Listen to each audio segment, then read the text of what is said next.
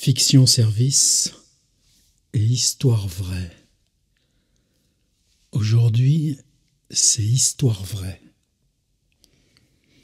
Je suis souvent dans l'ordinateur, dans des gros fichiers Word que j'ai constitués au fil des années avec... Vous vous baladez dans le web, c'est toujours fluctuant, c'est une surface qui défile. Et puis, il y a ces choses qui sont comme des espèces de nœuds sociaux.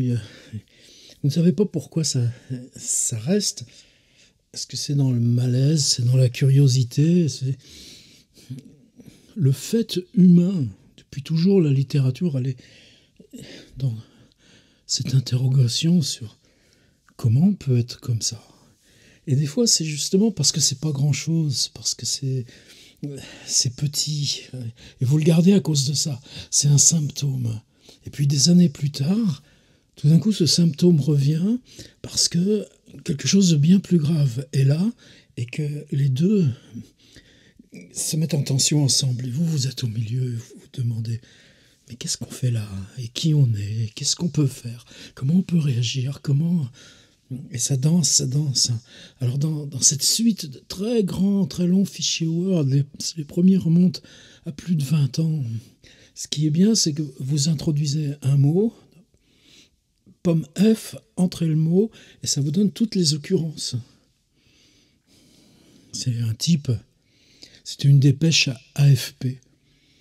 En tout cas, moi, j'ai rien gardé que la dépêche AFP. Je n'ai même pas pris les sources. C'était une panne de courant. Mais pour 10 000 personnes.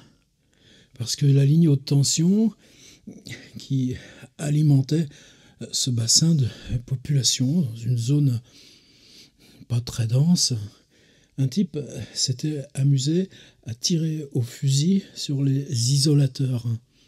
Évidemment, c'est beau, des petits isolateurs en verre là-haut qui brillent, éclatés.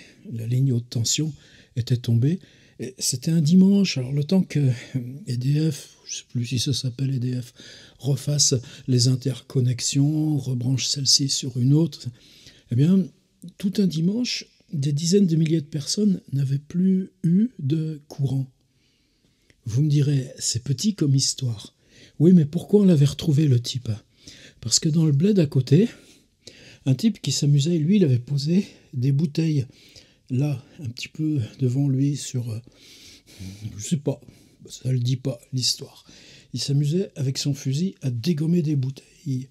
Et derrière les bouteilles, il y avait une haie, et derrière la haie, une vache. Le type avait tué la vache. C'est parce qu'on l'a chopé à cause de cette pauvre vache tuée pour rien, pour ce type qui dégommait des bouteilles, qu'ils ont fait le rapprochement avec celui qui dégommait les isolateurs quelques heures plus tôt sur la ligne haute tension. Et le type a simplement eu comme réponse « Je tirais sur des oiseaux ». Ça justifie tout. Et la dépêche AFP finissait en disant qu'il n'était même pas en état d'ébriété. Pourquoi je parle de cette pauvre vache? C'est ça le problème. Où on se dit, pourquoi c'est ça qui te revient? Pourquoi c'est ça qui te revient? Il y a eu un fait divers horrible. C'est à Annecy. Annecy, c'est de l'autre côté de la France par rapport à moi qui raconte. C'est une ville... Je ne connais pas. Je suis allé faire des stages avec des étudiants à Chambéry. Je connais un peu ce pays. À cause de ça, simplement, je vois comment ils vivent, les étudiants, là-bas, les chemins qu'on fait. C'est une jeune femme qui était psychologue, 31 ans, un enfant de 18 mois. Dans son cabinet de psychologie à Annecy, centre-ville, on le sait, parce que le type qui l'a tué au fusil, mais ensuite il est parti, il s'est caché. Et où on se cache, centre-ville? On se cache de quoi? De toute façon, on va vous choper. On se cache juste de ce qu'on a fait soi-même. Il s'est réfugié dans le parking souterrain. Là, le parking en plein centre-ville. Bon, c'est bien que c'est pas ça la question. La question, la psychologue, un de ses jeunes patients de 15 ans, était victime d'inceste. On avait dit à ce jeune patient de 15 ans qu'il était hors de question de laisser continuer l'inceste. le type de 75 ans, le responsable de l'inceste. Il arrive dans le cabinet avec son fusil.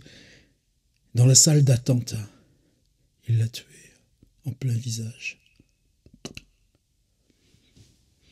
Je pense qu'on est hyper nombreux en France depuis 3 jours à porter en nous le visage de cette jeune femme de 31 ans avec un enfant de 18 mois qui exerce son métier dans nos petites villes de province.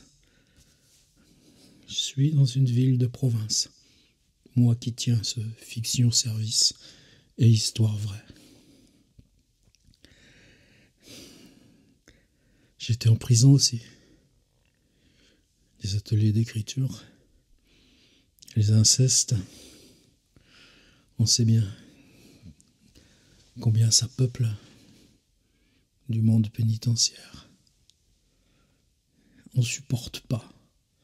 Alors il y a un lien entre la dépêche AFP d'il y a quelques années, ce type qui zigouille les machins en verre qui brillent sur les lignes haute tension, quitte à ce que 11 000 personnes autour de lui soudain n'aient plus d'électricité, et puis qui se permet de tuer une vache pour simplement s'amuser à dégommer des bouteilles.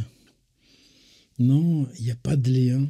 Et pourtant, dans le désarroi après le meurtre de cette jeune femme, dans l'étendue de l'ordinateur, c'est cette histoire qui revient.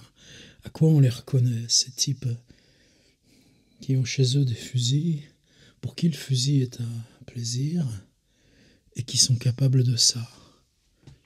Tuer en plein visage, à 2 mètres, dans une salle d'attente, devant d'autres gens, une jeune femme qui prenait en charge la victime de leur propre inceste.